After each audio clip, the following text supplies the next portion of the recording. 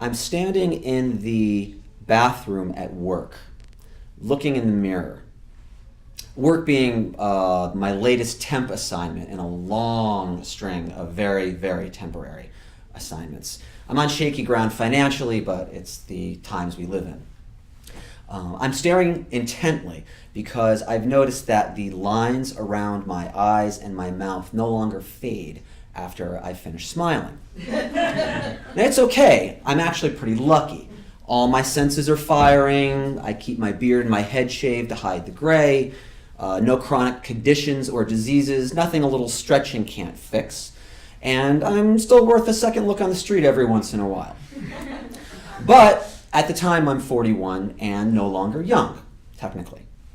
So it seems fitting that my latest assignment is at the Department of Aging, the DOA.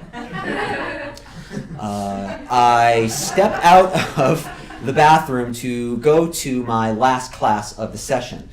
My job being to teach seniors, 75, 85, pushing 90, one of them, to teach them how to operate Microsoft Word and Excel. Why are they learning this now? Because the sharks at the top of the economic food chain have destroyed the value of their homes, stripped them of their pensions, and neutered their savings rates. And now they are forced to seek work. And it's heartbreaking. These people haven't been around a computer for 35 years, if ever. And I give them everything I can, everything. And I love them. I'll say it again, I love them, and I tell them that at least once a week. Guys, have I told you how much I love you this week? Yes, Mr. Jesse, we love you too. And they do. They say hello, they say goodbye, they say please, they say thank you. They bring me meals made with canned beans and government cheese. And they tell me their histories. There's James Mayhew, veteran of the Korean War. Jesse, you know why I'm alive today out of everyone in my entire division? Because when I saw 25,000 Chinese coming over that hill screaming for bloody murder, I turned and ran for 3 miles at a dead sprint with a load of shit in my pants. And then there's Roberta, who hitchhiked from Alabama up to New York City at the age of 15. Oh, I was uppity-colored, Jesse. I cut a Klansman in half with my daddy's shotgun. That some bitch tried to burn down our house. I can't not never ever go back home. I is a wanted woman.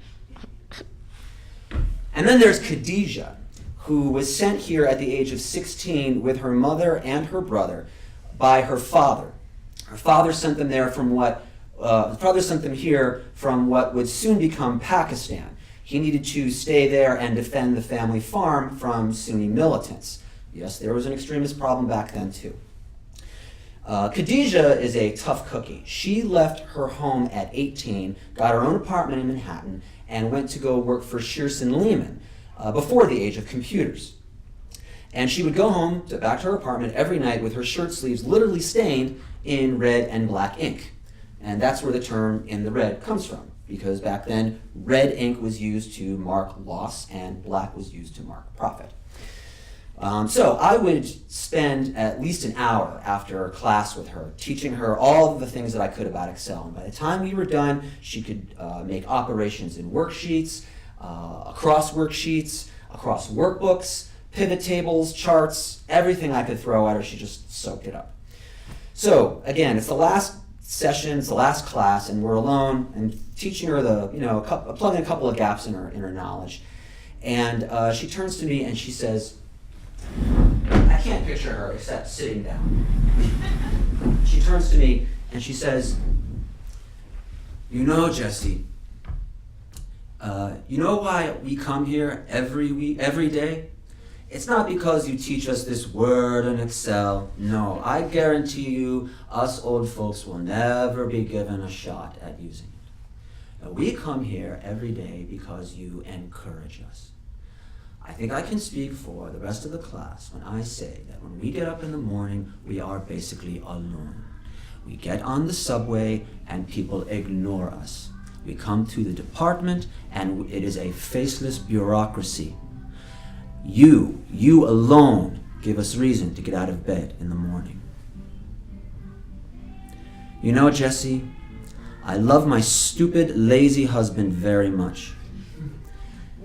And sometimes I pretend that I have already eaten dinner just so he can have some. And as she goes on about her food and her financial and her housing problems, I begin to recognize what's right in front of me. All my fears of of becoming old and poor and sick and defenseless are sitting right here in front of me, clutching my arm, crying. People always say, "Oh, I can't stand to see a child cry." Yeah, well, you try watching an old woman cry. Go ahead, just try. I didn't know what to say. What is there to say, really, to something like that? So I just let her, and when she was spent, I said, "Jesus Christ, Khadijah." And she goes, why do you call me Jesus Christ? I'm a Muslim, you dumb bastard. It's okay, we joke like that all the time. But she's made a joke, so we got to pretend the whole thing never happened, and we're standing up, she's putting on her coat, I'm shuffling papers, and finally, we're just looking at each other, and I say, "Look, Khadijah, Kay, please stay in touch. I just want to know that you're alive, around." And she says, "Thank you for that, Jesse. Thank you very much. I know you don't think you're a very good person. Don't ask me how I know. I just know. But it's not the truth. You're a very, very good man. And I promise that if you ever want to convert to Islam, I will tear up that fatwa I have written against your life." And I say, "Well, hey, thanks. I appreciate that. I really wish you the best, Khadijah.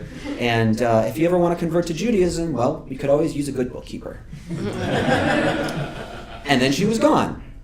And my eyes are starting to burn. So to distract myself, I got to find something, but there's no more emails left to write. There's no more reports. So I just got to sit down in my teacher's chair and feel it, the dread.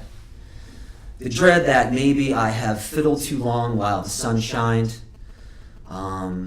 So I took Khadijah's hidden warning, and I have decided to re-enroll and finish my grad school degree for education. I don't know if it's the right decision in this wintry economic climate, but it's moving forward. The illusion that moving forward is moving onward. And I don't know, again, if it's the right decision. All I can tell you is that I miss my classes and I miss my friend.